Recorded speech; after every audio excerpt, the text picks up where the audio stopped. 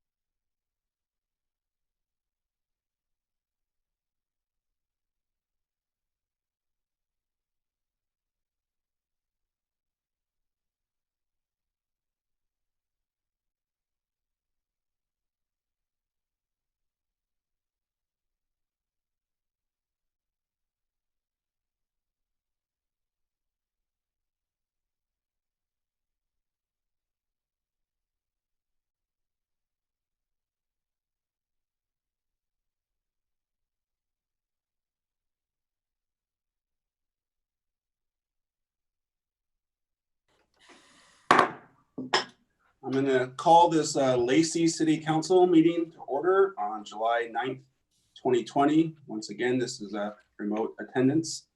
And we'll start with the Pledge of Allegiance. I pledge allegiance to the to flag the flag of the United States of of America, and to the to the republic republic for which it stands, one nation, under God, indivisible, with liberty. liberty, and justice for all.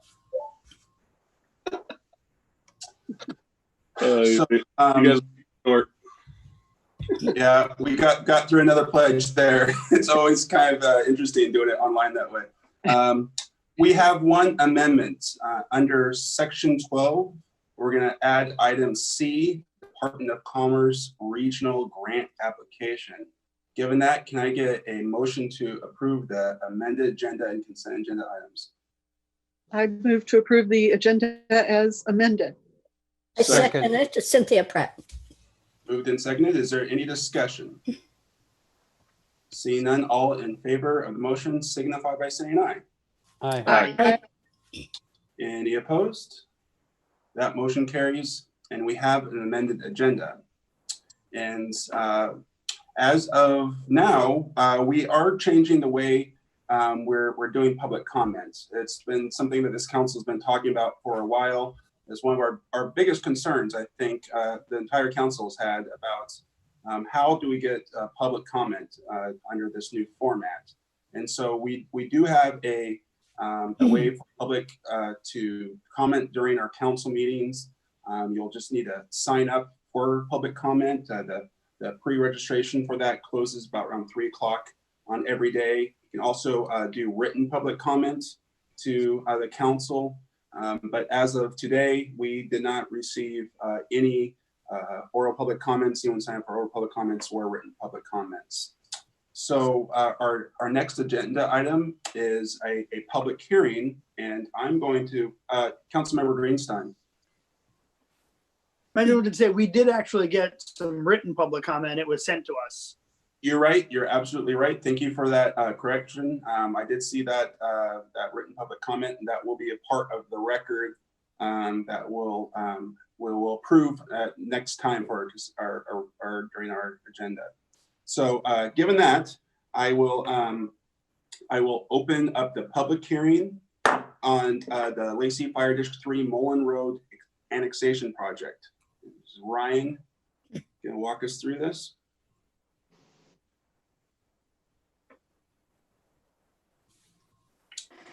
Hopefully Ryan Andrews will walk us through this. There he is.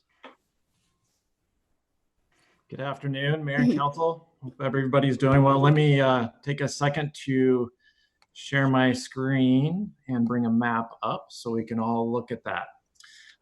So the purpose of the public hearing tonight, we actually are holding a public hearing and making a motion to forward a petition that's been filed by Lacey Fire District 3, the City of Lacey, and Timberland Baptist Church on an annexation using the 60% petition method.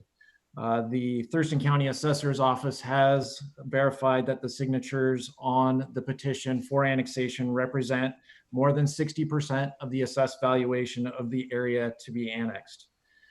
Prior to the annexation, the City Council is required to hold a public hearing and then make a motion to send this off to the Thurston County Boundary Review Board for their review after the hearing's been held. A little bit about the annexation area. It's there on your screen. The area is within the Lacey urban growth area. That's the area in purple. The current city limits are those properties that are in green. The area is located in the Lakes Planning area and is located north of Mullen Road, immediately east of Timberline High School. The area is approximately 67 acres in 5 separate tax parcels. There's property owned by Lacey Fire District 3, which is 8.4 acres and contains station number 33. City of Lacey also owns a large portion of the proposed annexation. That's the parcel that's located on the easterly side or the right-hand side of the annexation area, with about a 32-acre parcel designated as the Mullen Road Habitat Reserve. The three remaining parcels are a single-family residence, Timberline Baptist Church, and a 20.6 acre undeveloped parcel immediately north of Station 33. For the most part, for the Lacey Fire District 3, the City of Lacey, and Timberland Baptist Church parcels, those are parcels that are exempt from the payment of property taxes. So this is not an area of annexation that would create a lot of property tax revenue. Here's an aerial photograph of the area to be annexed. You can see there that the lion's share of the property is undeveloped. As I mentioned, on the east side, you have the Mullen Habitat Reserve that is contains a large wetland complex that connects between Pattison and Hicks Lake. You can also see in the lower left hand corner the Baptist Church, the Fire District 3 station, and the single family residence. A little about the zoning. So here's the existing zoning map. All properties are currently zoned low density residential 0 to 4 units per acre. The purpose of this zone is to provide single family residential designation with a lower density and large lot size, especially adjacent to environmentally sensitive areas, which most of this is. If the annexation is approved, the critical areas will be designated with an open space institutional zone. That's a little bit different. We in Lacey categorize these a little bit different than Thurston County. And it would be zoned open space institutional for the protection of critical areas. Additionally, floodplain associated with Hicks Lake would be designated as a natural shoreline. So if you'll notice, this map kind of shows where those areas are currently. Those would be extended onto this area as well upon annexation. Did want to give you a little bit more information about the annexation boundary in relationship to the Mullen Road right-of-way. Our annexation policies with Thurston County require that the city take responsibility for right-of-ways when we do annex. With the Mullen Road right-of-way, which is currently under heavy construction, if we did take on this right-of-way, we would be responsible for about 30% of the current construction area. The proposal is to not take in Mullen Road at this time. Communications with Thurston County has indicated that they would support the annexation moving forward without the requirement to annex the Mullen Road right-of-way. This is based on the fact that it is an ongoing project, but then secondarily that we would not assume a lot of property tax revenue as a result of this annexation, and not be able to offset any costs associated with that, with the road improvement and the fronting within a reasonable time frame. This slide also shows the existing sewer lines. I know it may be a little hard to see the light green lines on the Mullen Road right-of-way east and west of the annexation area. This gap in the sewer lines will actually be filled with the Mullen Road project. And so this area will be served by sewer here in the short term. One last slide is related to the water. This is within the Lacey Water Service area and is well served with an existing 12-inch water line fronting existing in Mullen Road. So as I mentioned, procedurally, the next step is for the council to hold a public hearing and then make a motion to send this on to the Boundary Review Board for review. Pending that review, then it will come back to the council for final approval in the form of an ordinance. One last thing before you start the public hearing, I did want to mention that I did not receive any written comments from the public hearing, so I don't have anything to share there. So with that, I will take us back to the first slide and turn it over to you to hold a public hearing. Great. Can you actually take down the slide, please? Yep, no problem.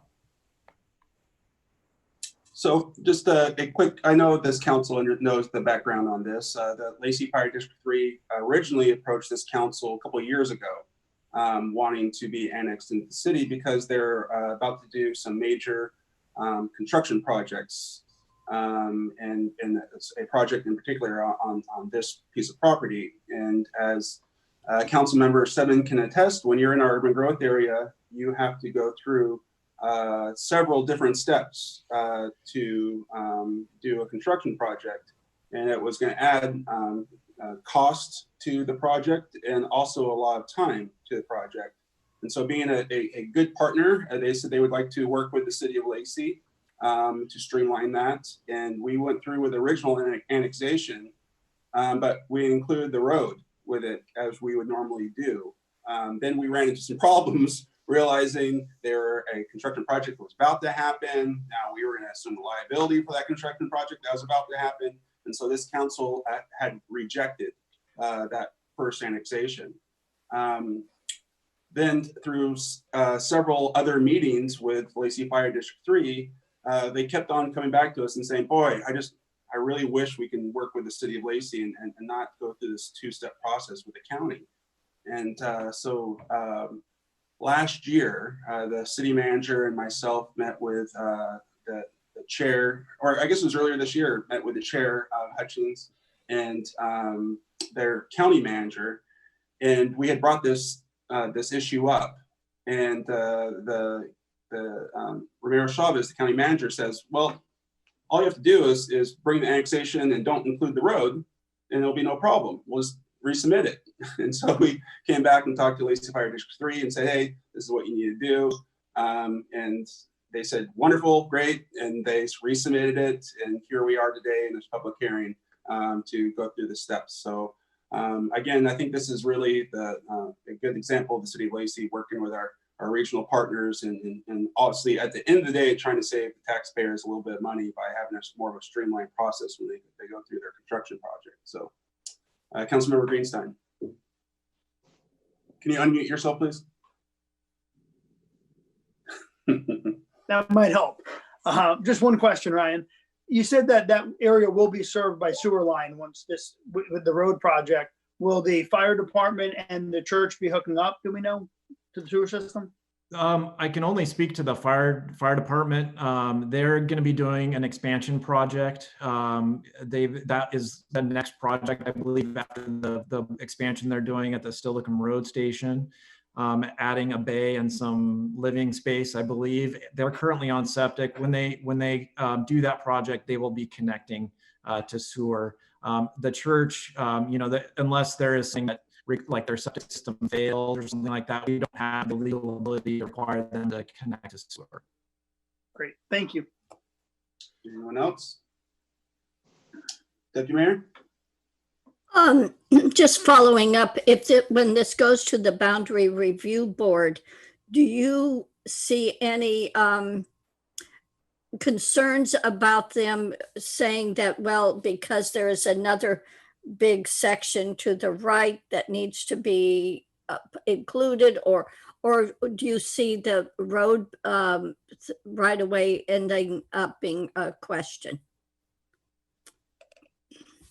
Yeah, good question. My history with the Boundary Review Board is that if the county and the city are in agreement, that goes a long way with them.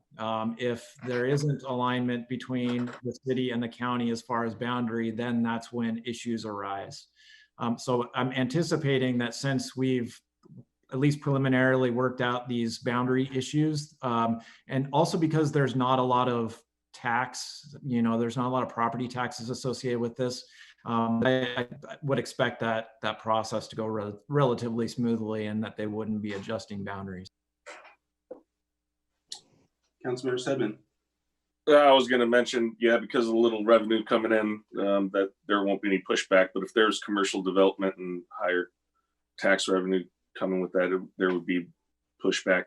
But I just wanted to note that one of the reasons why it was voted against last time was the estimated time of recouping the money the city would invest was like 750 years. If you guys remember that, is something somewhere along those lines. So, it's great to see the county being better partners with local municipalities. It works for everybody. Is that not a good ROI, Mike? No.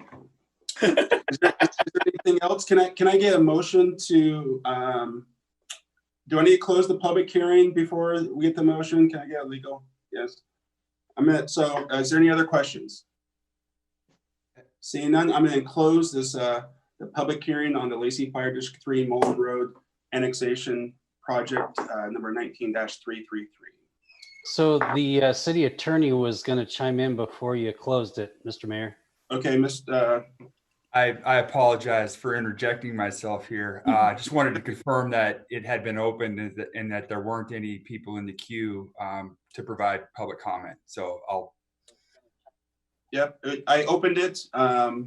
We didn't receive it. I think we did have Chief Brooks in the waiting if there was any questions, but I don't think we had any questions about that. But now we need to have a motion to forward this on to the Boundary Review Board. Is that correct, Dave? I would move to forward the annexation proposal to the Boundary Review Board. Second. It's been moved and seconded. Is that correct, Dave? We're on the right track? I think that's fine. Yes. Okay. Is there any further discussion? Seeing none, all in favor of the motion signify by saying aye. Aye. Any opposed? The motion carries and we'll forward it on to the Boundary Review Board. Thank you. Thank you. So next up, under resolutions is the approval of resolution 1095, the 6-year tip. It looks like, is it Roger? It's gonna take it from here.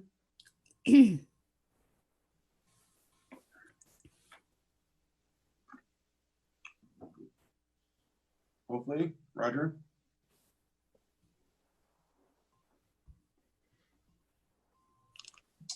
I saw him come on. I love technology. Oh, there's or Martin. Are you good? Are you taking it from here? I think it is me. Okay, perfect. Good afternoon, Mayor and Council. My name is Martin Hoppy. I'm the city traffic engineer. This is an annual requirement. We always do the 6-year transportation improvement plan. We like to call the TIP. Every year it's required to go to the state and TRPC. Good way to look at this is basically a checkbook for grants. The type of projects that go into this is the requirements change a little bit over the years, but projects that go onto this list are projects that TRPC finds regionally significant. They either have to have state or federal grant funds in them, or we are collecting traffic mitigation funds in there. Try to share my screen. I haven't done this yet.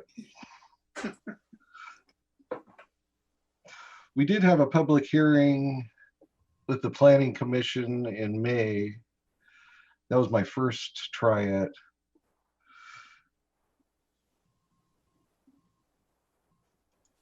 I'm sorry. You have to have permission to. Yeah, I have There we go. There you go. Oh, thank you. Here's your tip. We didn't have a lot of changes this year, but 2 projects, the College Street Corridor Phase 3 and the electric vehicle chargers, I moved them into the right-of-way phase because the PE phase was obligated. And this year is very unusual. As many of you know, TRPC is all about obligating funds right now. So the full regional council meets tomorrow, is going to make a recommendation on the grants that we submitted. And I just thought we'd get a head start in putting them up so we could get them obligated earlier if we are selected for next year's or the 2021 year of obligation. So it saves me about 3 months if we have to do it that way. And we're removing the Britton Parkway and Carpenter Road intersection because it is being funded completely by city funds now. And that's pretty much it. The traffic mitigation list is also part of this. We are not adding or removing any projects, and the construction cost index for this year was 1.3%, and it just updated those numbers. Be happy to answer any questions. Can I get a motion, please? I move that we approve the proposed 2021 six-year transportation improvement program and the transportation improvement mitigation list. Second. It's been moved and seconded. Is there any discussion? Can you stop showing that screen? There, perfect. Deputy Mayor. So the IT citywide signal light project, I thought that was something that we had started to do or was in the process of doing at least a couple years ago. We haven't started it. This is the second phase. Go ahead, Martin. The citywide signal ITS project. Yeah. All we're really doing. Pending. This doesn't have anything to do with intercity transit. This one is just replacing the detection cameras at these signals. Okay. Yeah. So we've already done a bunch of work along this. Everything in the box has already been upgraded. This is just the cameras up on the right. Right. Actually, I did not know this, but one of the intersections we still have magnetic loops on for detection. Oh, really? Which one? South Sound and Pacific. Oh, wow. I thought we replaced that one, but it's not. And it is a partnership with the county, and we're doing the Martin Way and Carpenter intersection for them. Great. Is there any other discussion? Councilor Stipp? All right. The Carpenter Road and Mullen Road, that intersection, that's not a part of the project that the county's doing further down on Martin Road, the annexation part that we just. Yes, it is. Yeah, that's what I thought. But we're solely in charge of that, right? It's not the county's not overseeing it as part of the county's building it with their project on Mullen Road. Okay, but it's our funding for that section. That's going. We gave a share of the grant and some property for right of way. Yeah, okay. All right, perfect. I just want a clarification on that. That's all. Thanks, Martin. You're great at getting us lots of grants and stuff. And you're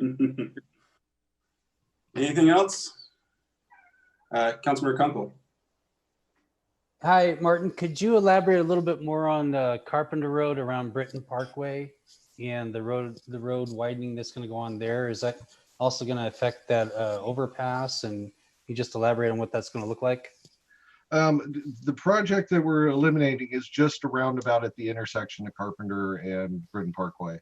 We're doing a temporary intersection until those get built. So it won't be the full build out on this one. Okay, thank you. That's why we thought it wouldn't work well for a grant submittal, and we use traffic mitigation to pay for it. Exactly. Is there any other questions? Seeing none, it's been moved and second to approve the proposed 2021 six-year transportation improvement program and the transportation improvement mitigation list. All in favor of that motion signify by saying aye. Aye. Aye. Yeah, any opposed? That motion carries. Thank you. Thank you, Martin. Thank you. Next up, we're under ordinances. This is the ordinance 1568, the ADU setback amendments. Back to Ryan. Can everyone please mute when you're not talking?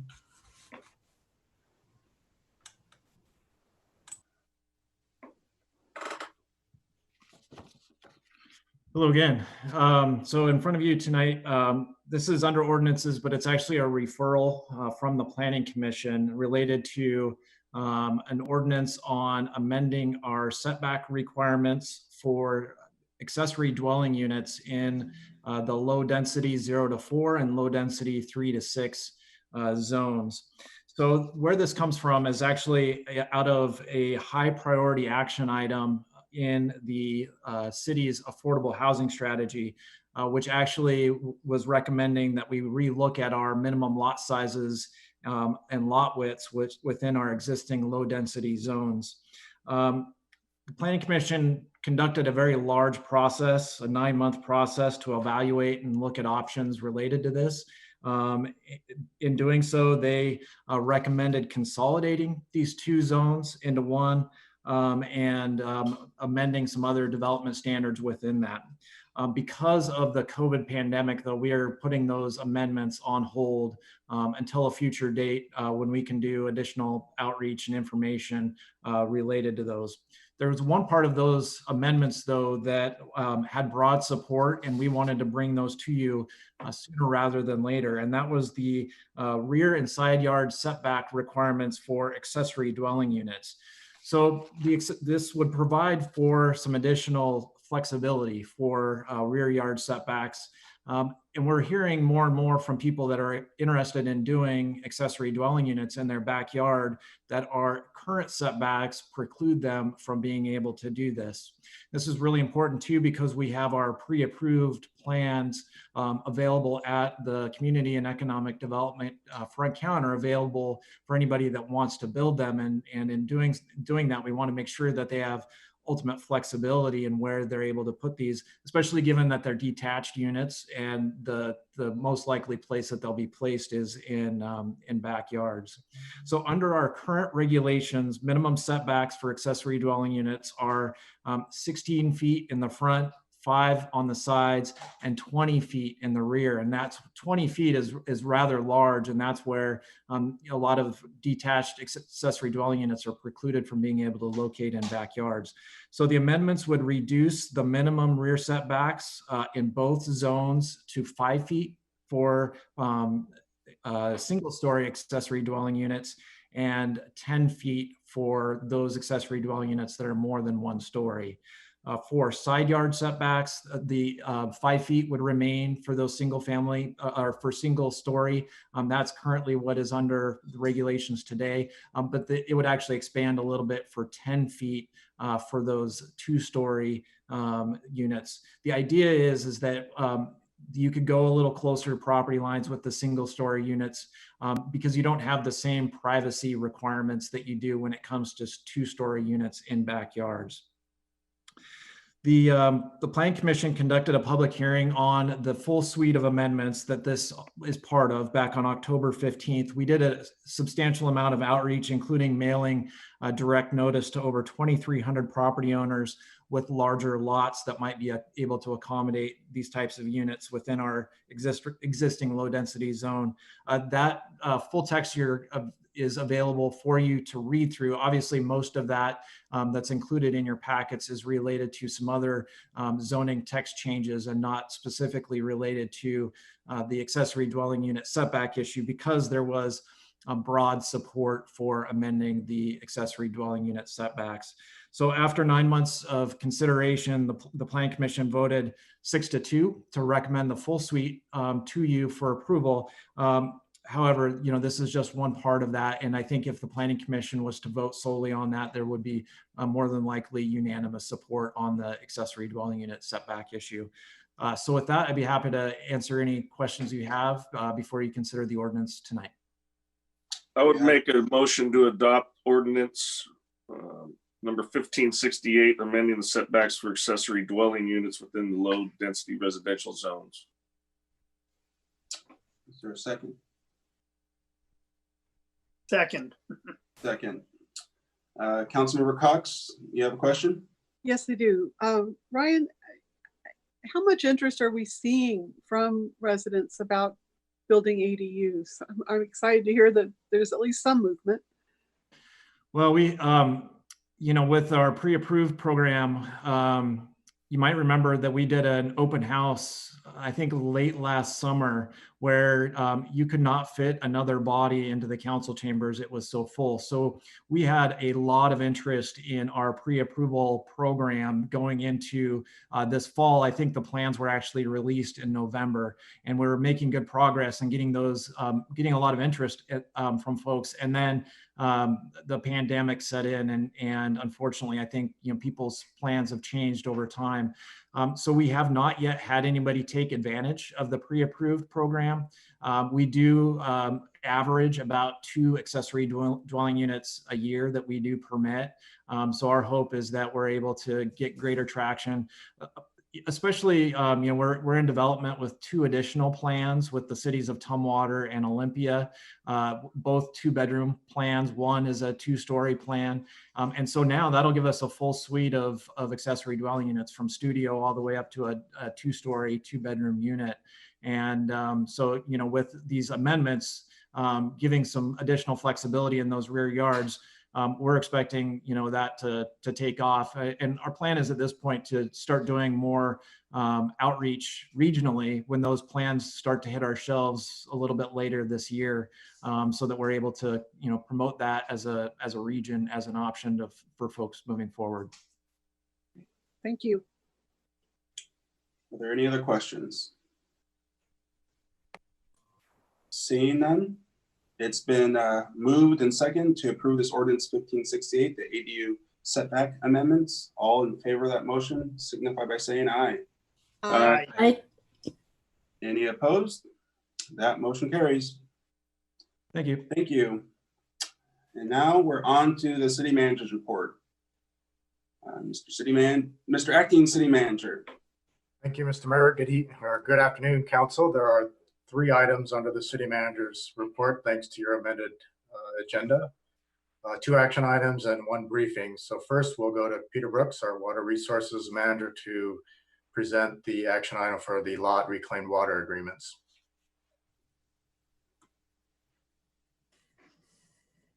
Good afternoon, Mr. Mayor and City Council. I'm bringing before you today a request to authorize the city manager to sign 3 agreements. The first is the general interlocal agreement. This is all relating to lot. The second is the reclaimed water distribution agreement, number 2. And the third is the reclaimed water supply agreement regarding the Martin Way reclaimed water plant. So back in nearly 20 years ago, LOT started moving in a very serious way towards production of reclaimed water. And in doing that, they did a bunch of planning. They had to look at the regulatory requirements, legal requirements. They engaged the partners in thinking through this, and we crafted a bunch of agreements. So over 20 years, things change. One of the things that changed was our expectations in the very beginning were not accurate because we didn't know any better. You don't know what you don't know. So we realized that, like for the Martin Way reclaimed water facility, a 2 million gallon plant in terms of what its capacity is doesn't necessarily produce 2 million gallons a day. In fact, that plant produces about 1.6 million gallons a day on a good day when it's fully functional. And that is because there's a diurnal curve, and in the period of time between, say, midnight and 4 in the morning, there's hardly any flow, so there's no water to treat, so you don't get the full 2 million gallons a day. Well, that's something to learn. LOT didn't understand how much reclaimed water they'd really need. They thought they needed 250,000 gallons a day from that Martin Way facility to do maintenance and to take care of the infiltration ponds, at least keep water in them so they pond life, the plants and whatnot stayed alive. They have since learned they needed more water than that. Regulations have changed over time, so there's that. So a number of things in 20 years, as you could imagine, changed. So it was necessary to update the agreements. So we have gone through a rather laborious process over the last 18 months or so and updated the documents. And so they're ready for signature, and we're bringing them before you to ask questions if you have any, and then authorize the city manager to sign. Any questions? Are there any questions? Deputy Mayor, can you unmute yourself? Okay, so do you want us to pass these individually or all at once? That's my question. Procedurally, I think the staff report is requesting authorization for all 3. So if you just approve the city manager to approve all three, it would, I think, suffice. Okay, so I'll make a motion that City Council authorize the city manager to sign the general interlocal agreement, reclaimed water distribution agreement number 2, and the reclaimed water supply agreement regarding Martin Way water treatment plant with the Lot Clean Water Alliance, providing all the framework for distribution and use for the reclaimed water within the city of Lacey. Can I get a Second. second? It's been moved and seconded. Discussion. Seeing none? All in favor of the motion, signify by saying aye. Aye. Any opposed? That motion carries. Thank you. Okay, City Council, next we'll go to Design and Construction Manager Aubrey Collier for the presentation of the annual Transportation Benefit District Report.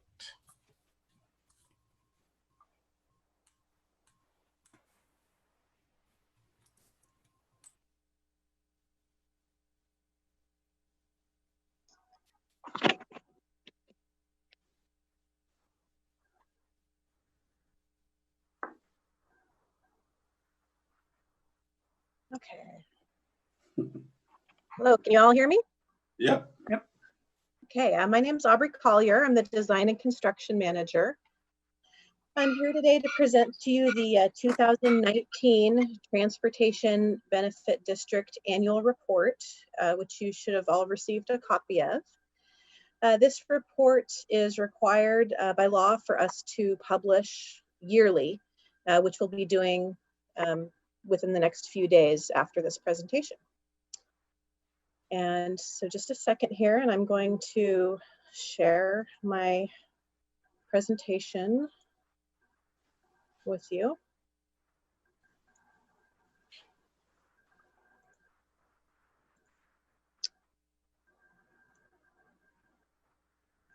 Okay.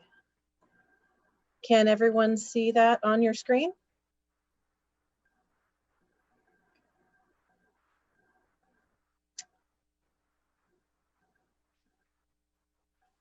Okay, what I'm showing you right now is the financial summary sheet of the report, which summarizes the total expenditures and revenues for the year and our starting and ending balance. So if you see the second line on the report, that's approximately 2.9 million. That is revenue that we received in the 2019 calendar year for the Super T grant project. So there were some additional funds received in 2020. This only designates the funds that were received and spent in the 2019 calendar year. So fund ending balance in 2019 is shown at the bottom there at approximately 3.5 million.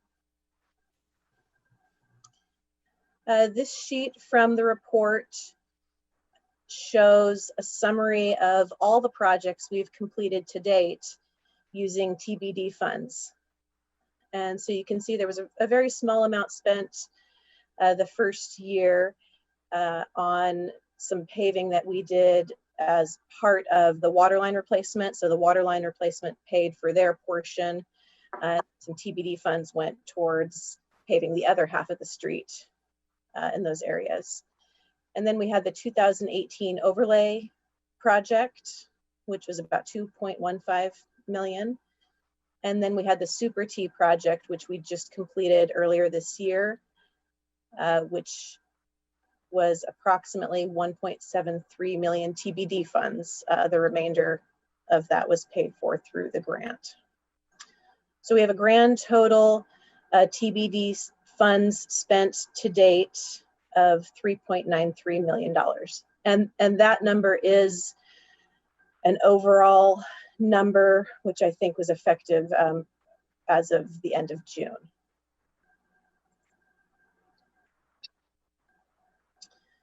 This is a map of where those projects are located. The ones shown in red are are the projects that we completed in 2018, although some of them were advertised in 2017, they weren't actually completed till 2018. And then in purple shows the highlighted of the Super T project that we completed in 2019.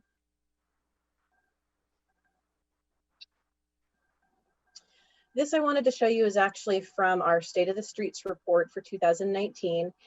And it's you can look at the report. It's on the website if you want to see the full report, if you haven't seen that. But I just wanted to throw this in there to kind of show you what our annual pavement ratings have been since we started the program.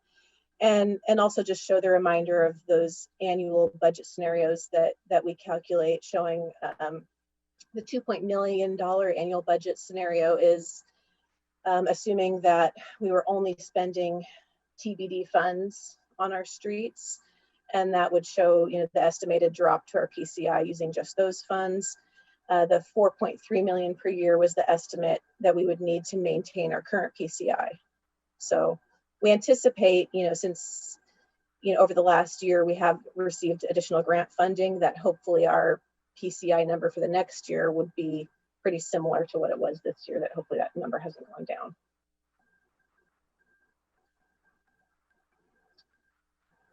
This is the College and Yelm Highway Pavement Rehab Project, which we nicknamed the Super T. This project paved College Street from 37th down to Yelm Highway, and Yelm Highway from the city boundary at the Western Chehalis Trail down to Ruddle Road. It included pavement, but it also included sidewalk improvements and ramps. So the total project costs were about 4.9 million, and about 1.73 million of that came out of our TBD. And if you look at the photos here, these were taken from approximately the same location. You can see the photo on the left shows all the cracking and damage to that pavement we had, and the photo on the right is the after photo.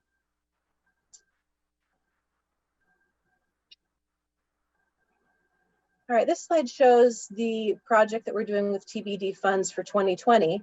This project has just started, and this includes paving the Meridian Road Orion roundabout. And it also includes paving Meridian Road between 31st and 46th. In addition to that, we are going to be going throughout the city, and there are a lot of valves and manholes that the ring of pavement around those has started to deteriorate and created potholes. So we're going citywide and trying to repatch all of those manholes as part of this job as well.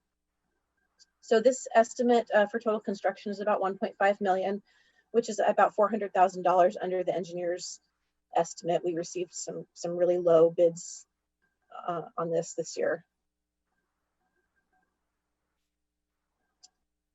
All right, and my final slide for you is what we anticipate doing for 2021 overlay for TBD funds. And we anticipate going into the Lake Point and surrounding neighborhoods and doing a slurry seal, which is, it's a very thin asphalt mix that has more sand in it, not as much coarse aggregate, and it really helps extend the life of the existing pavement in that area, which prevents us from having to do any kind of reconstruction for quite a while. And it also is that like a chip seal? Similar, but the chip seal they put down, excuse me, the chip seal is more like an oil mix that they put small rock into, and they kind of put the rock and the oil down. This is more like an oil sand mixture, like a slurry when it goes down. And so it's put down a little bit differently. The chip seal is kind of put down, they put the rock and the oil down kind of separately, and then this gets mixed together in the truck and kind of gets spread out similar to asphalt, but they don't compact it. They kind of just lay the slurry seal down, and then once it sets up, you know, you're good to drive on it. Doesn't it also have a higher safety rating because you have better traction with tires? It's something I heard. It's possible. I'm not really. I'm not sure. I know exactly what those friction coefficients are between the two, but I think anytime we're doing any kind of treatment to the road, you know, we're probably increasing the safety on it. So the other area that we're planning to go is on Carpenter, and that's what both of these photos that I show on the left are the different areas of Carpenter that are severely deteriorated. And so as part of the Mullen Road construction that's going on right now, they're constructing the roundabout at Carpenter and Mullen. This project would pick up just where that project limit ends on Carpenter Road and continue north. And then there's another smaller section near, it's shown on the top of the map there, that's over there near the fairgrounds, that also needs to get done. So that is the end of my presentation. If anyone has any questions, I'm happy to answer them.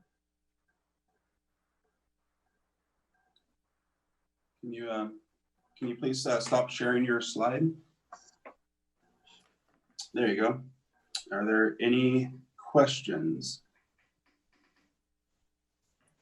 See, well, I guess the one question I have, and one thing that I hope we can do a little bit more going forward is,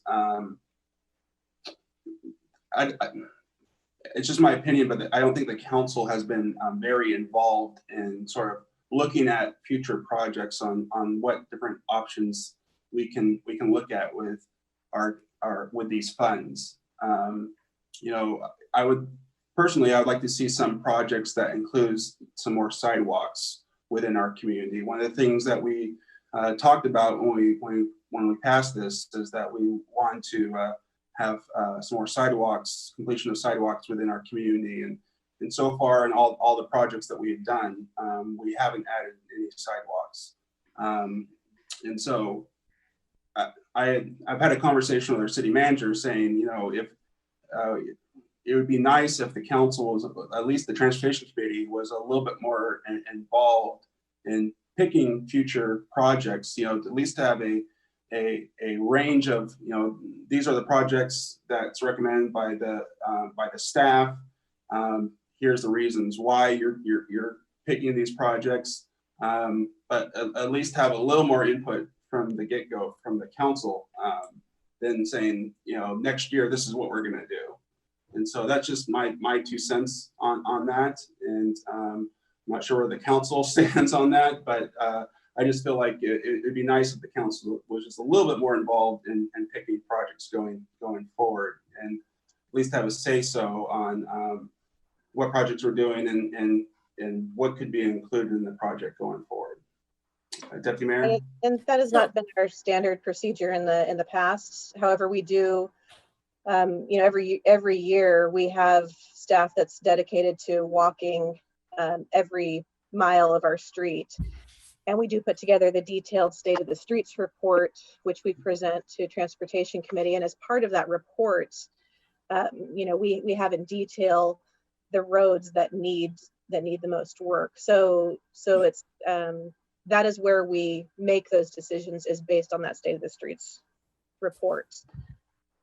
We could maybe do a better job of highlighting what those streets are that are in most need during that presentation to the Transportation Committee, if that would help. That might help give you a better vision of the areas that we may need to go in the next 5 years. Yeah, that'd be great. Deputy Mayor? Yeah, I'm not sure we're questioning the fact that they do need sealing and maintaining it. I'm sure we're not, but one of the things we don't focus a lot on is the walk and roll type of things for our kids, and they're often walking in the middle of the street to get to school. So it would be kind of nice to think about where we could put in some sidewalks in that respect. Yeah, I just, yeah, I agree. One of the reasons when we went to the public on this, we talked about a lot about improving sidewalks within Lacey. And so I just, I understand we need to keep our roads maintained as best as possible. I just think that it'd be nice to see some smaller projects at some point, at least including some complete streets and completing some sidewalks, especially in those areas between schools that currently doesn't have sidewalks. So that's just my 2 cents. Councilmember Steadman. I just wanted to again thank Lacey residents who voted for the Transportation Benefit District. We had the $1 million overlay project that was not funded when I first got on council, and those revenues soon were exhausted, so we had nothing. They trusted us to know that enough to knowing that we're going to be good stewards of the taxpayers' money and do exactly these things to improve the roads of our safety, or the safety of our roads, and the people walking them. Super T did do some sidewalks on that project, so that was great. And I want to remind the rest of the council members, I had someone from the public run against me solely because he felt his children were at risk with no sidewalks in the neighborhood. Robert Motzer, and now he's a fire commissioner. So it's a real concern out there, and we should. And but these monies are, a third of what we need to improve our ratings of our streets. So we're a third of the way there. We're not there yet, and so yeah, walks are important. But I also like to, when we originally looked at how much we were going to be bringing in on this transportation benefit district, right? My memory serves right, it's going to be like 1.6 million a year to 1.8 million a year. And if you look at the revenues we brought in last year, what was it, 3.2 million? I mean, it was. Can you remind me of what we brought in last year on the transportation benefit district, Troy? It's about 3.1 million. Yeah. So the project completed are 3.93 million that would not have otherwise been completed. I understand. I totally understand. And I trust staff that we're doing stuff. I just feel like at some times the sidewalks issue gets forgotten sometimes. And I would like to, in future years, for that to be considered a little bit more when we're doing these projects. I'll say one last thing. It's like the Mullen Road project that we just had a public hearing on.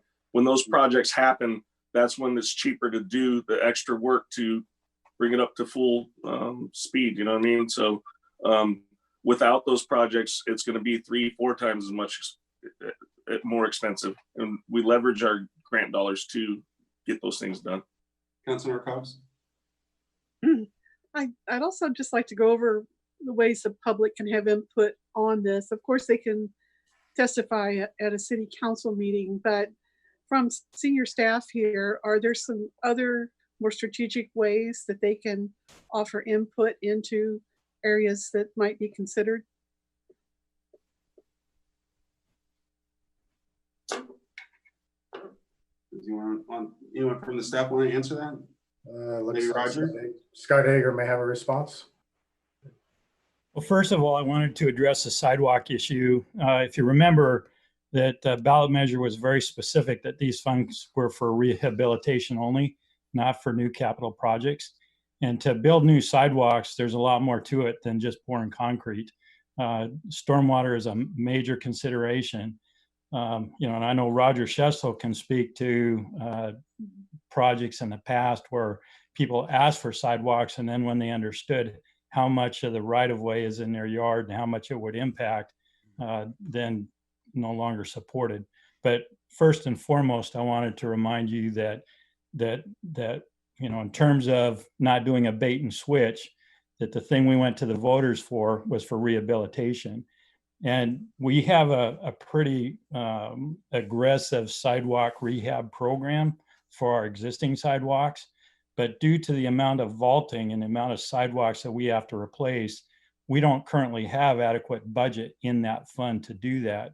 And that would seem to be a more appropriate place to put excess money to maintain sidewalks. That would be consistent to what the voters voted on. In terms of strategy and, the locations that we pave, and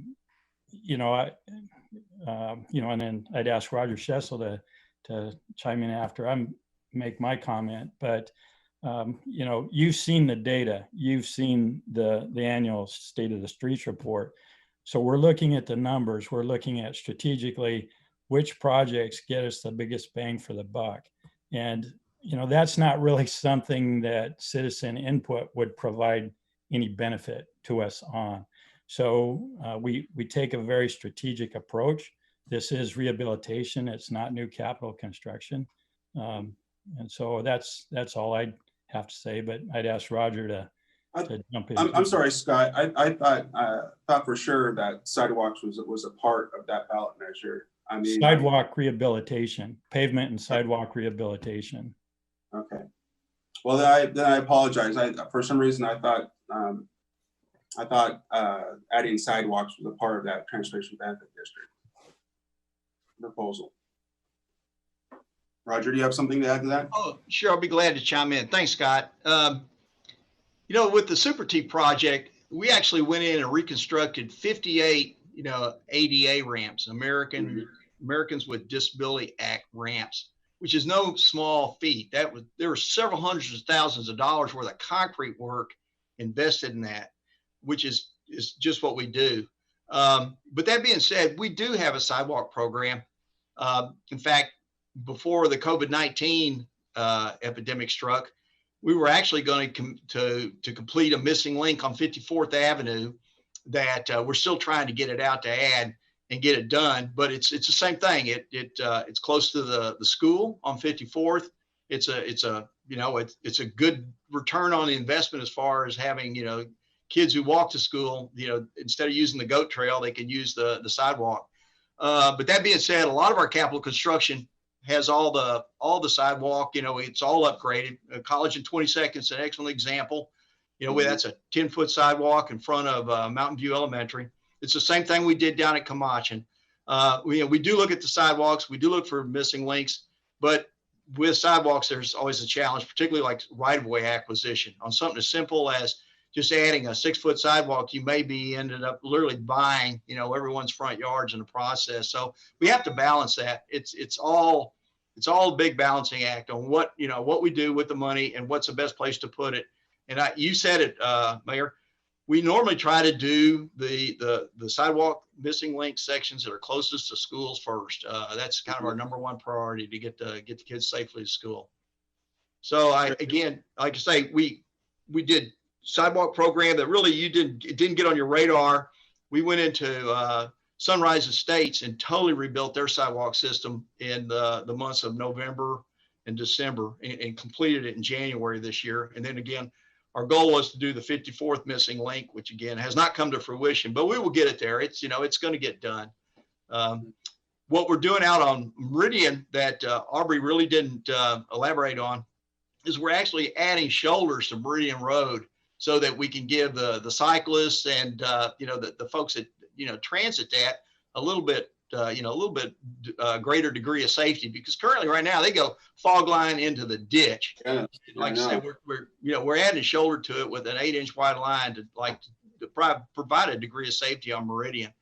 Well, I can't do a sidewalk out there. You couldn't afford that, but at least they get a shoulder out of it.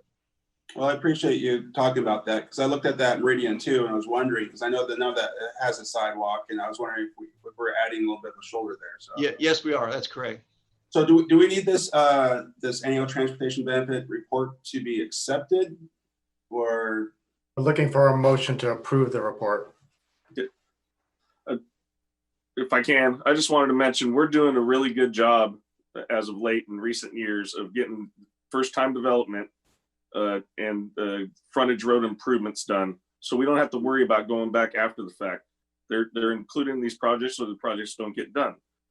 So the city's doing a great job more recently. So good job, staff. Appreciate it. Deputy Mayor? I move that we approve the TBD 2019 annual report. Second. Moved and seconded. Is there any further discussion? Seeing none, all in favor of that motion signify by saying aye. Aye. Any opposed? That motion carries. And I'm sorry I went off on a tangent there for you guys. I know this has just been something on my mind for quite a long time, and we have the best staff that do an amazing job. As elected officials, we get asked, quite often, what's happening next, what's going, didn't you guys pass transit? What are you doing next? And so I just want to make sure that, that the public knows that we're on top of this and that we are, hearing them, and, we're doing the best we can to make sure these dollars are spent wisely. So, and I know we're doing that. I just, I think sometimes it's always good to maybe over tell us what's going on than for us to have to guess later. So I appreciate it, guys. So the next, certainly add more detail to my presentation next year for the State of the Streets report. Great, thank you. Thank you. Brian, thank you. Good job. Troy, your last item. Great, thank you for the support, Council. The final item under the City Manager's report tonight is a briefing on a Department of Commerce regional grant application for adding homeless shelter beds, and we'll go to Community and Economic Development Director Rick Walk. Good evening, Mayor and Council, and thank you, Troy. Yes, I just want to provide the Council awareness on this briefing about the regional efforts to work together on a grant application. The state legislature through ESSB Bill 6168 created a funding source for local governments to increase shelter capacity. Part of that bill was authorizing Department of Commerce to administer those grant funds, and they've now developed the rules and program for the grant. The funding will be awarded for a 3-year period, and they're looking to allocate about $10,000 per shelter bed that's increased in the local area.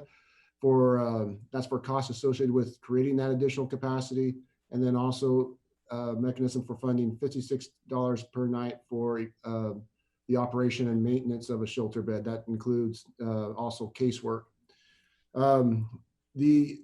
In terms of a regional approach, the state's really looking at local areas to work regionally in accordance with their consolidated housing grant or plans. And as such, they entice that with providing additional monies at the local regions for those regions that do take this regional approach. So with that, they indicated that the county would be the primary applicant, and any cities within the county over 25,000 in population would need to sign on. And so we are working with Thurston County staff as well as City of Olympia staff to make that happen. With that, that'd give us this area approximately $1,515,000 in funds that we can then look out and expand shelter capacities throughout the communities. One of the caveats is to determine new shelter beds would be any shelter bed that was increased above the baseline level starting as of January 2020. And then also to exercise the funds, we'd have to have shelter beds available for occupancy by December of this year. And again, this is a 3-year funding source. The grant submittal date for this is July 17th. So this is something we're working fast to put together the grant application. We identified a couple of funding strategies that we can implement. One, especially right away. There's a capacity at the Family Support Services facility to increase their capacity by about 8 to 12 beds. And then the remaining strategy part of the grant application is going to be a little bit broader, so we can work with the regional conversations in determining how best to use those remaining funds to provide additional beds.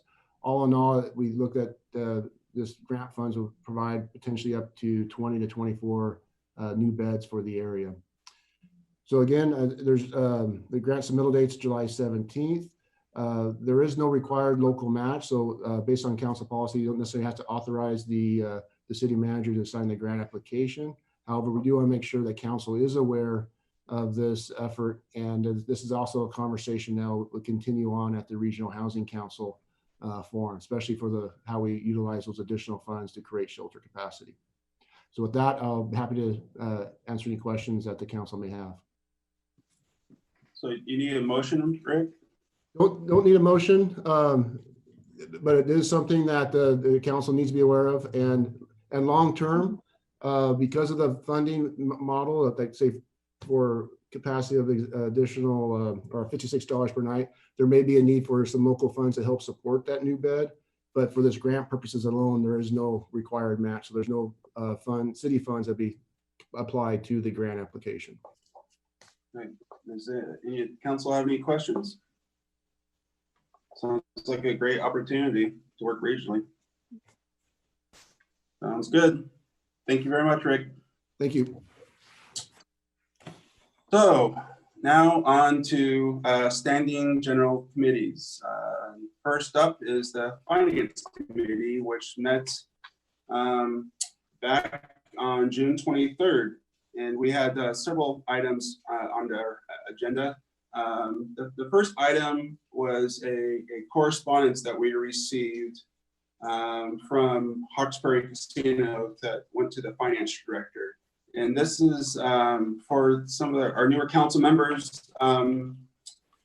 This has sort of been a long standing kind of conversation that we've had with this one particular business owner who has come to the council on a couple occasions to ask for relief from the gambling tax rate.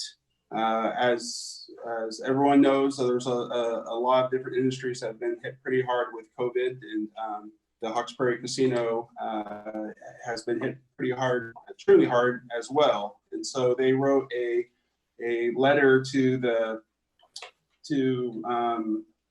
finance director asking for relief for the rest of this year and for next year. And as sort of a reminder, they originally came and asked for relief from the Lacey City Council back in 2006 and was granted a 5-year temporary tax reduction. And then in 2014, they also asked for a permanent reduction from the 10% at the time to the current rate, which is 7.5%. And so they also within the letter asked for a reduction in the pool tabs rate, but at the time that our city attorney reminded us that would be something that wouldn't affect just this one business, it would affect other businesses that have pool tabs within the city of Lacey. And then the Hawkesbury Casino sort of at the time said, well, we're not as worried about the pool tabs. They're willing to take that request back. They were just really more concerned about their gambling tax rate, which is something that's separate. And so they provided this the committee with a revenue projections for the remainder of 2020, which would be about $20,000 a quarter. And then if for next year, it would be about $47,000 per quarter for 2021, according to their projections. This, of course, would be quite a bit of a reduction from what we have currently have in our budget, and that we would budget for next year. And so we basically at that point the council or the committee agreed to forward this on to the full council for further discussion, which I think we will need to have at some point. Troy, when do you expect us to sort of have that conversation? Probably in the early August, one of the August work sessions. The committee also asked for some additional data as to what other cities were doing in terms of tax rates. So we're gathering that information as we speak. So probably looking at next month. Okay, so early next month we'll have a more of a conversation about this with the full council. The next agenda we had was our first quarter financial report for 2020. The general fund expenditures were about 18% of the adopted budget. This is a 7.1% increase of the first quarter from 2019, but that was expected, mostly due to inflation increases and rising labor force and expenditures.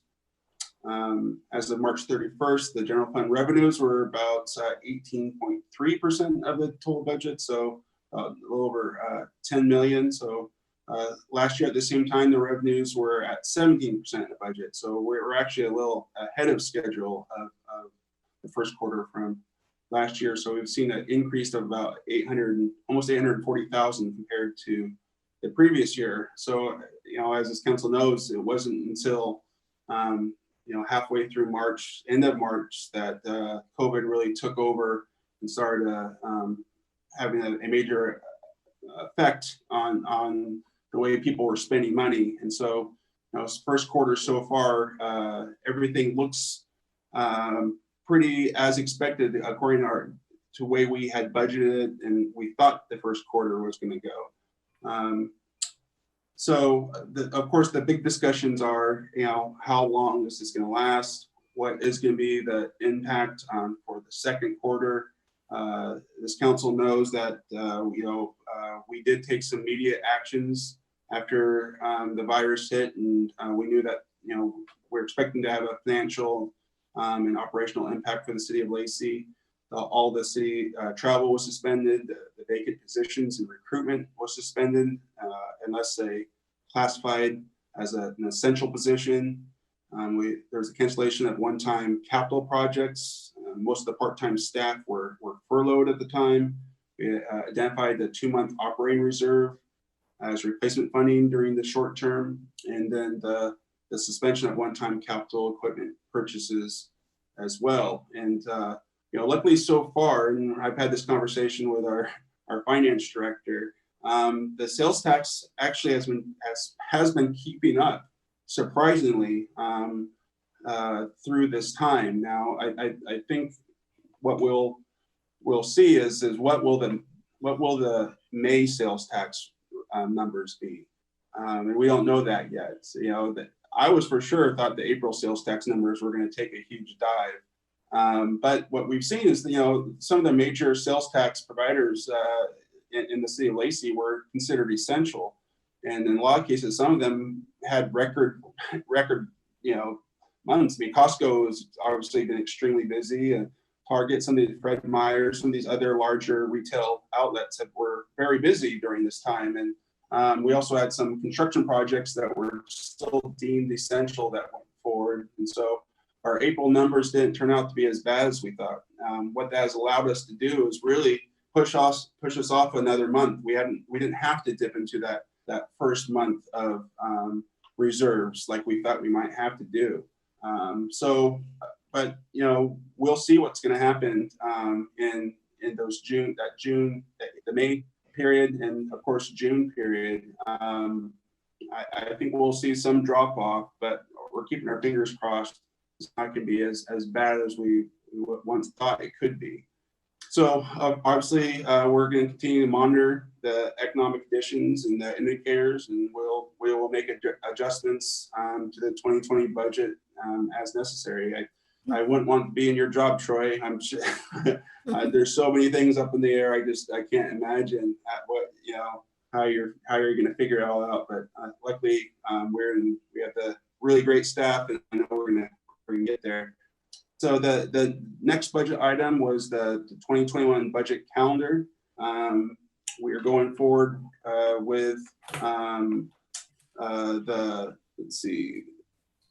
on March 19th, the council adopted the resolution 1095, of course, declaring our emergency during COVID-19. I'm sorry. Oh, okay. So again, onto the budget. The 2020 budget schedule was presented. The council budget workshop will be held on October 1st. The budget presentation is scheduled for October 22nd. The adoption of the 2020 budget is scheduled for December 3rd. One of the things that we did talk about during this time, and I really hope we can figure it out, is to have a budget workshop for the public on what it is to budget, to have a budget for your municipal government. And this was something that has taken us as a council member, you know, been on this council for 10 years now. It's taken a very long time to sort of figure out how all the finances work for our city of Lacey. It's so complicated. Everyone thinks we have like maybe one big checkbook, all the money goes into one pot and we can just we go out from there. That is not how it works at all. There's so many different nuances to our budget, and one-time monies to projects, and it's pretty complicated. And so what we're hoping to do is put on a sort of a workshop for the public to understand the process that we go through when we're trying to figure out a budget for the city of Lacey. So we're thinking about, bringing in maybe the county treasurer to talk about, how taxes are collected, and like maybe the county assessor on how taxes are assessed, and, really put this all together for the public to have a better understanding of what their property tax statement looks like, how much really actually goes to the city of Lacey, and how your local government is funded. And so this is something that I've had a couple conversations with over the years, and I think hopefully this year we can really put together. And so within this scheduled time, we would schedule that for the public, and we'd have a report out, probably end of October, first September timeframe, before we really get into maybe right before our budget workshop, where we really take a deeper dive into what our next year's budget's going to be. And so do you have anything to add to that, Troy, or where we're at in that process? We've been working, and primarily the city manager's been working on a concept to try to find a way to make it interactive for the public. That might be a way to get the public a little more engaged, as well as make budgeting maybe a little bit fun. So he's got a concept that I think is a good one. And yeah, I think you're correct. And probably would make sense to do it before the budget workshop. That would give the public a chance to provide some guidance as well before the council starts to make some of those budgeting decisions. Great. Thank you. So that is the budget calendar. Next up is the 2021 utility rate proposals. This is another longer discussion. And really a lot of the discussion goes around what we do with our water rate. And the staff's suggestion at the time is for us to not have a 0% increase in our water rate for next year. And this has to do with a lot of things. Obviously, our increase in our utility rates in many cases can be a bigger impact to the average citizen than our property taxes or anything else we do. So most everyone within the city of Lacey pays utility rates no matter what. And so the thought process is, because of COVID, because of where we're at during this time, that maybe we would put off a little bit of some of the capital projects that we were going to do. We could get away with a 0% water rate increase for next year. The wastewater and stormwater is a little bit a different circumstance, but they would also right now, as I believe, we're proposing a 0% increase on those two as well. Is that right, Troy? That's correct.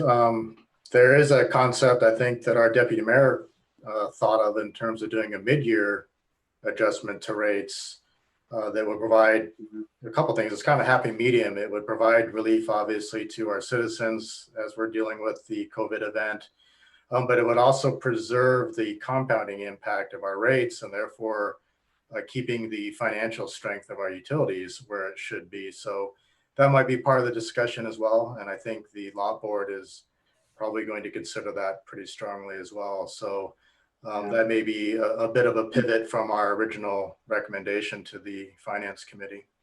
And I've been thinking more and more about this 0% rate increase as well. And I would tend to agree. I think maybe we should take it 6 months at a time. It would be a pretty big hit if we could do a 0% increase all of next year. What's the worry is then in 2022, what would the utility rate increases be at that point? And would it be harder on the public in the long run if we didn't do any sort of utility increase next year, and then it went into higher percentage in the out years, which would be a bigger hit in the pocketbook. So I look forward to having this conversation with the council. Obviously, we'll talk more about it during budgeting time. But I do like the idea of maybe a 6 year, half the year with a 0%, and then we can maybe go from there based on what's going on with the economy and everything else. So I look forward to having that conversation. And then, of course, the last thing we talked about was the building permit system upgrade for credit card payments.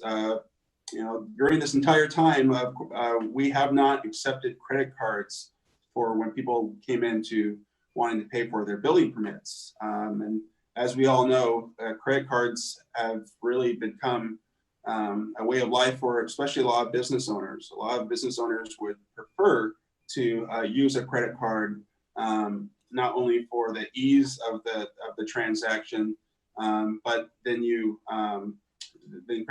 businesses can also take advantage of their credit card points and everything else. And so you're seeing a lot of this happening on the business side. Well, City of Lacey, we haven't been able to process their credit cards. And so, however, there's a cost involved to the public, and to our budgets. If we do accept credit cards, who's going to pay for the credit card fees? Is that something to be sort of included in the cost of doing business for the City of Lacey? Or are we going to try to pass that along to the customer?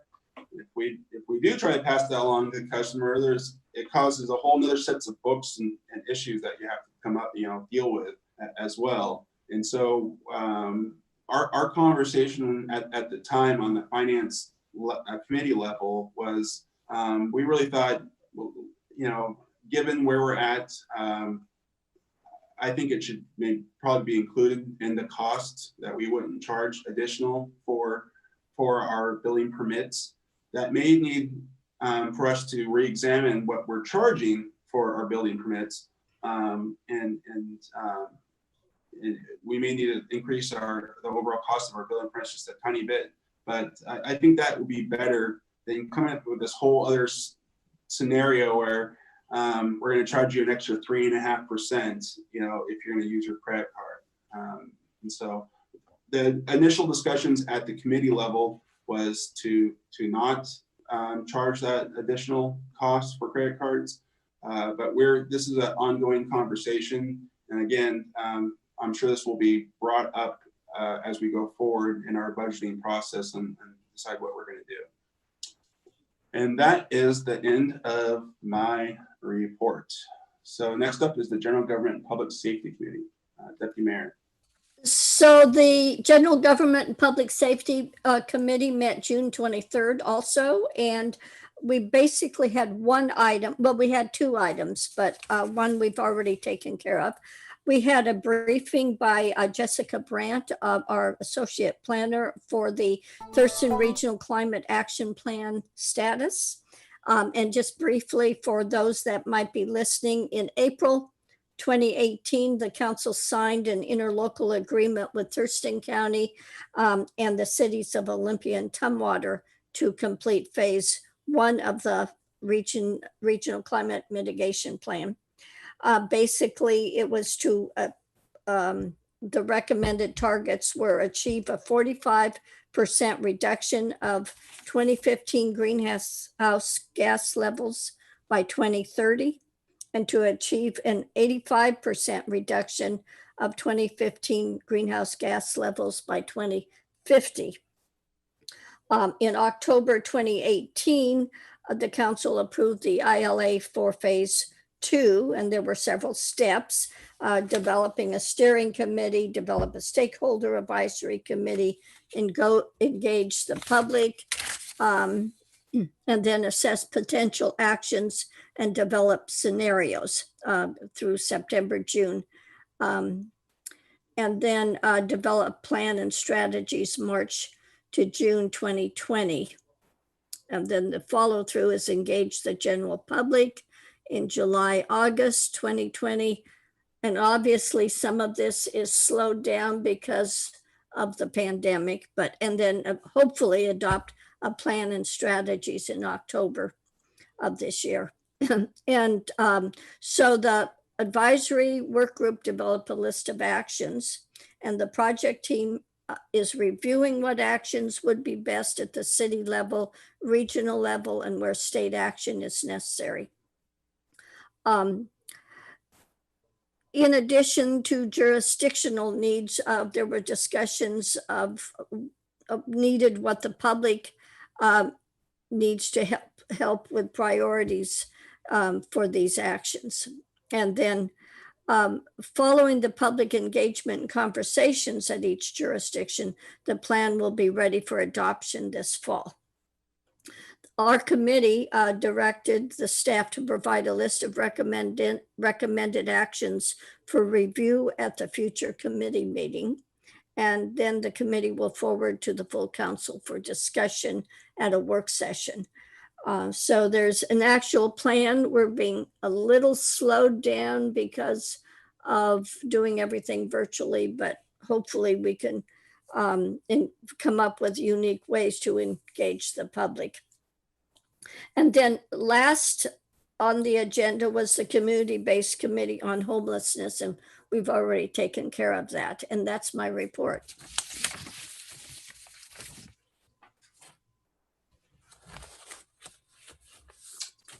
So next up is the land use committee.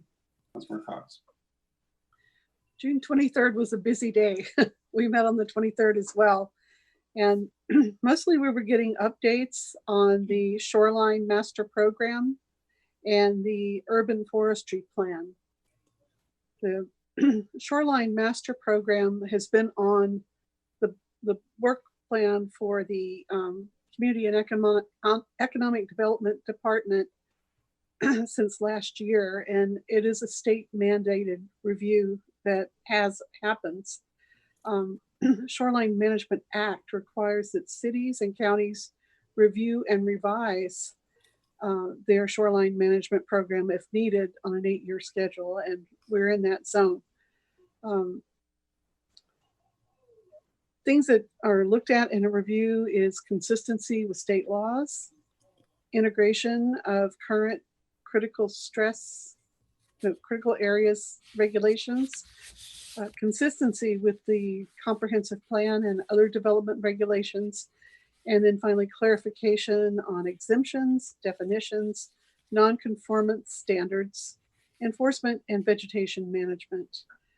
So once the staff finishes their review, this will move on to Planning Commission.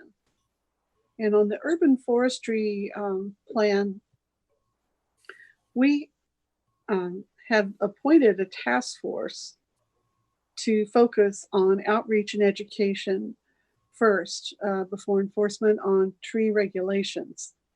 The plan's goal is that we update this document every 5 years, and once again, we are that. The Planning Commission will suggest updates at a future work session.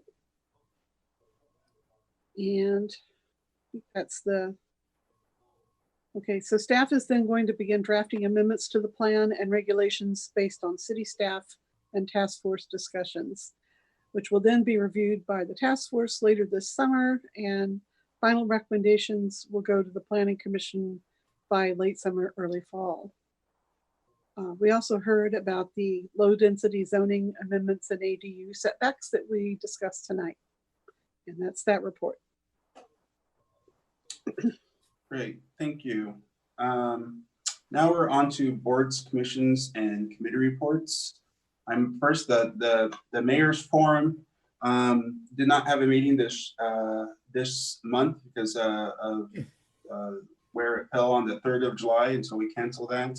The Transportation Policy Board meeting did meet on Wednesday, and I just realized all my notes are on my iPad, which is I'm using for the Zoom meeting right now, and so I'll have to give that report at our next meeting and get all my notes off of my iPad. So next up is the deputy mayor. So like you, my Orca thing was not reported on last time because it was on my iPad. but it met June 10th. And I did want to point out that because people take advantage of this and really care about it, that Orca received another $35,000 for the wood smoke reduction grant program. And a lot of people are transitioning out from their wood stove to more a better air quality heating systems. And then so several vendors have started work on the wait lists they've gathered during the stay-at-home period. And so they expect a higher uptick of selling like the wall heaters and not wall heaters, but I've forgotten what they're called, the heating system that goes up on the ceiling. And that's important, not so much right now, but later. Our Joint Animal Services Commission met July 6th, and they talked about how they're opening up by appointment starting June 2nd. And then during that time, there will have services for adoptions, licensing, stray, drop-off, reclaims, owner surrenders, and owner requested euthanasias. And field officers are still addressing calls and complaints 7 days a week anyway. And let me see. And in partnership with the city of Lacey, the staff received emergency management training through FEMA and the National Incident Management System. And I think that's all for the Olympic, for JASCOM. But the lot met as in a special meeting last night, which usually they don't meet in July, talking about potential ways to help those that may need some help with their lot, part of their lot bill of the wastewater bill. And there were 4 scenarios, 2 of which would be really detrimental of trying to keep all the capital improvements and other kinds of things that lot actually plans so far in advance for. It'd be very difficult if it was a 0 rate increase, and they would would end up having to jack up the rates extremely high if they had just cut it down, had done this for a year.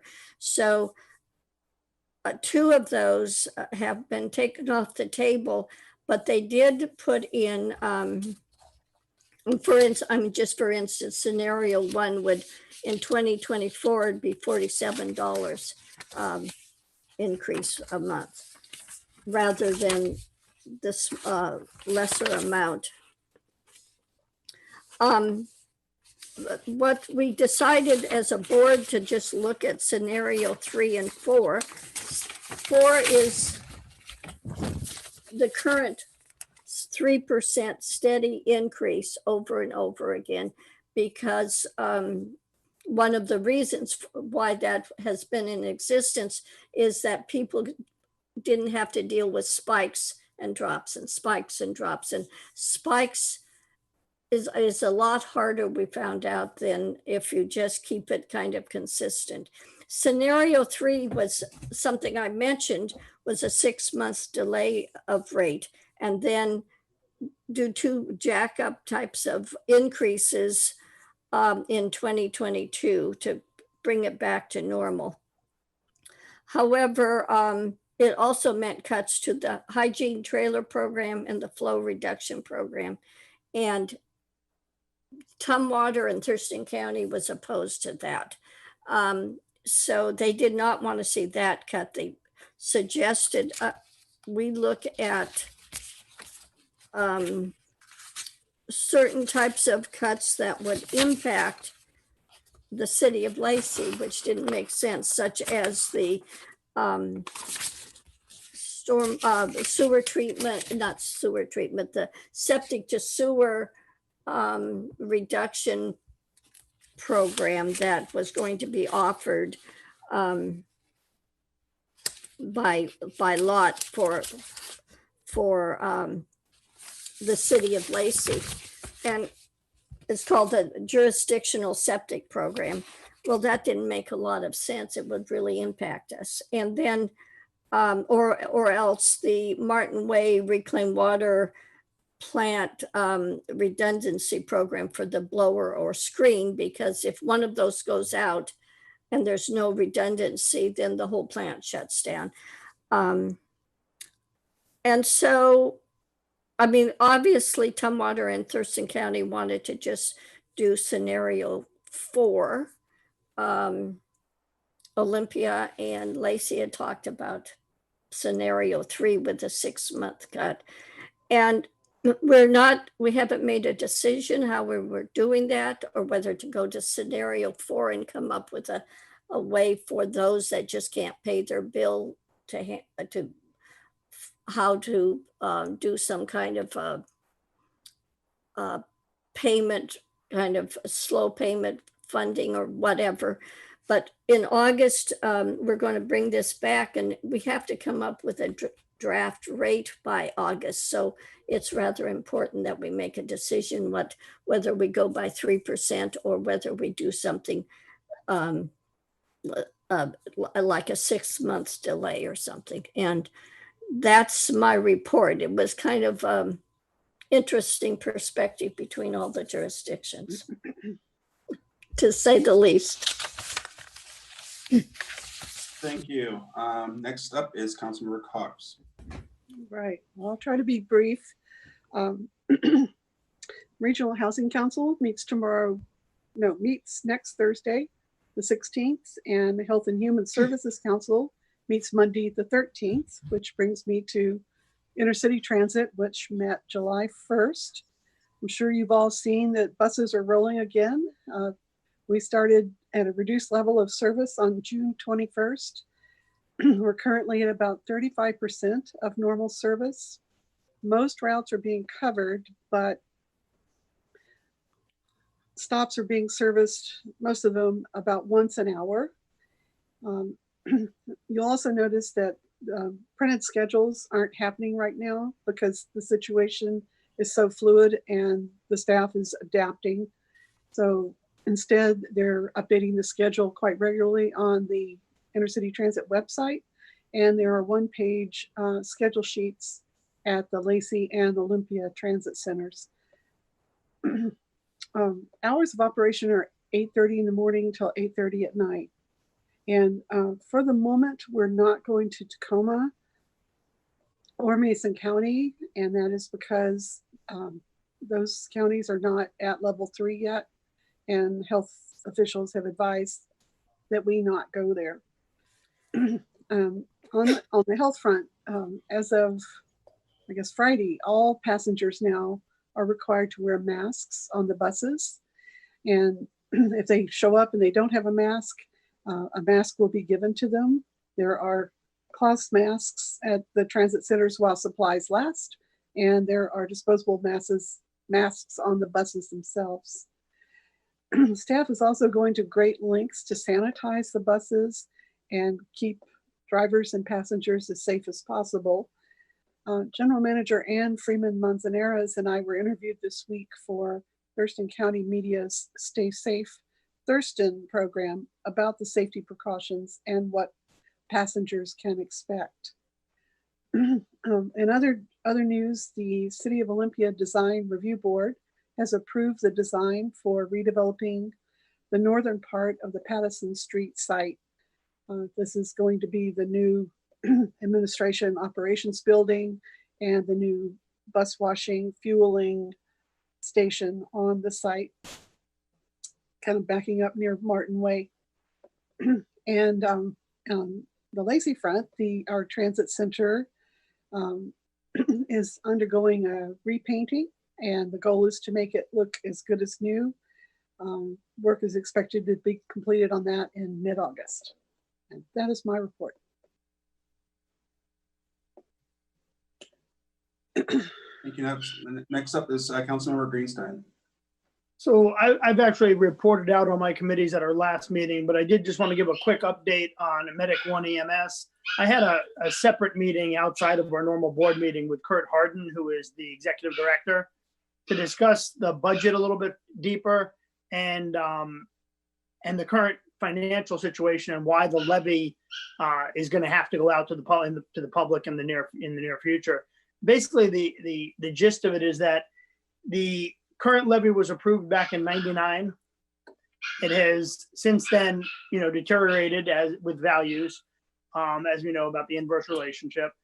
There's been they've not gone out to the public again. And the determination last time they were going to go out to the public, which was around 2008, was instead to basically live off of reserves for as long as possible before having to go out to the public to ask for more money. Where they've now reached that critical point where there's enough money to not have to have any cuts this year or next year.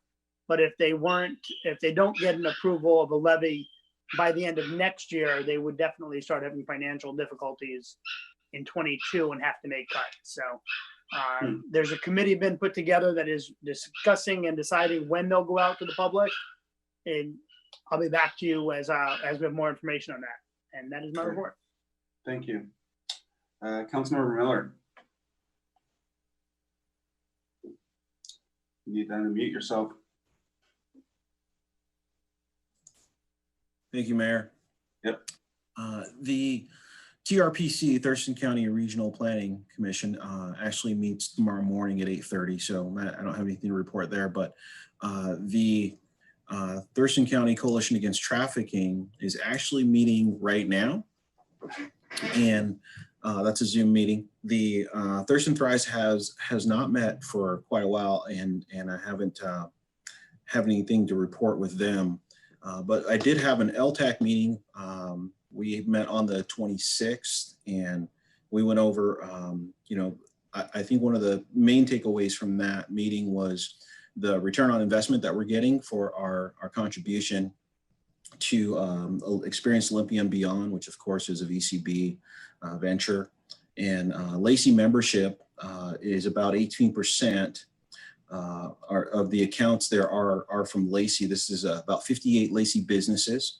And the 30% of the business listed on the takeout. So when the pandemic hit and everybody started doing takeout, because of Rick Walk and the other guys in the city who started helping with signage and those types of things, it turned out that 30% of the county's takeout food was coming from Lacey. The return on investment, the Experience Olympia and Beyond website has been a big push has been made on that since the pandemic hit, and because most of the marketing that's happening now is web-based, and getting people into your business is a lot more web-based right now than it ever has been before. But Lacey hotels represent 30% of all the hotel rooms in Thurston County, and the calculations that they gave us was that for every dollar that LTAC invests in the VCB, we're generating roughly $3,400, almost $3,500 worth of return, according to the presenters' information. And so that was the main takeaway from that, is that our contribution to Experience Olympia and Beyond is generating us a whole lot more than we ever thought. Of course, these are the numbers of the CEO there, and so that's all I have to report on that for now. The next agenda item was from the Lacey Visitor Center. The presenter was unable to join us for the meeting, but I did get the slide deck, and there's some updates and upgrades that have been made to their building over there. They've got some new interior signage. They've got a new monument sign that looks really great. Their top performing platforms are Facebook, Instagram, and their own website.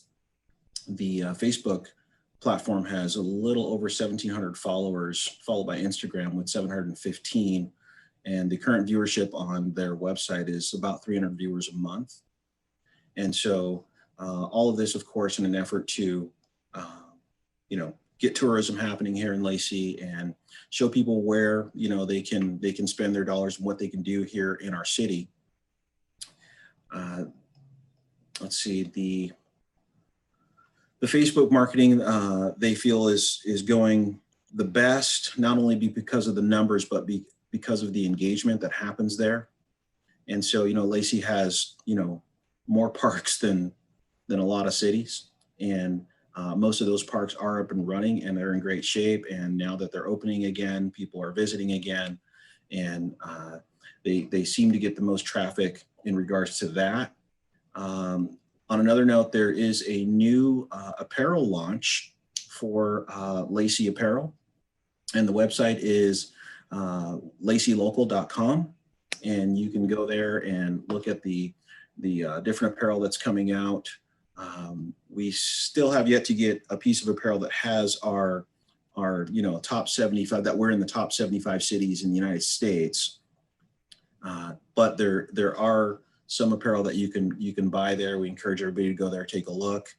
And that is it. That is my report. Great, thank you. Councilmember Stedman. All right, Community Action Council meets on July 20th, been kind of in limbo with the whole COVID thing. There's an autopilot. And then Solid Waste Advisory Committee, we've been having several RFP requests for proposal for contracts, which obviously can't discuss, it's, but those have been ongoing remotely. And we're trying to get, our last meeting was all reviewing the solid waste management plan. Because you guys heard me talk before several times over the last couple of years that to go out for an RFP without having a solid waste master plan hasn't been updated since 2009 is kind of putting the cart in front of the horse. So we've had several RFP meetings and going over the solid waste management plan. We're almost completed with that, and so it's kind of fast tracked for the basically the end of the year to be able to accomplish everything. So it's not really much to report on because you can't report a lot of stuff by legal obligations. So other than that, it's just kind of the rest is COVID, and we're all trying to just do our best to get through it. That's my Councilmember Kunkel. No, I have no report. Well, then we've reached the end of our agenda. Appreciate everyone hanging in with us for this meeting. Can I say one thing real quick, Mr. Mayor? Of course. All right. I just wanted to give a shout out to the class of 2020. I know your daughter's not far behind. They don't get a whole lot of recognition, obviously, because of COVID. But they deserve all the acclimates. Any class before them came, and all the ones that'll come after. And so I just want to tell the class of 2020, very proud of them. Way to take it in stride, and we will see a lot of good things from them in the future. So that's for sure. Well, until next time, as always, you keep it classy, Lacey, and I'll call this meeting adjourned.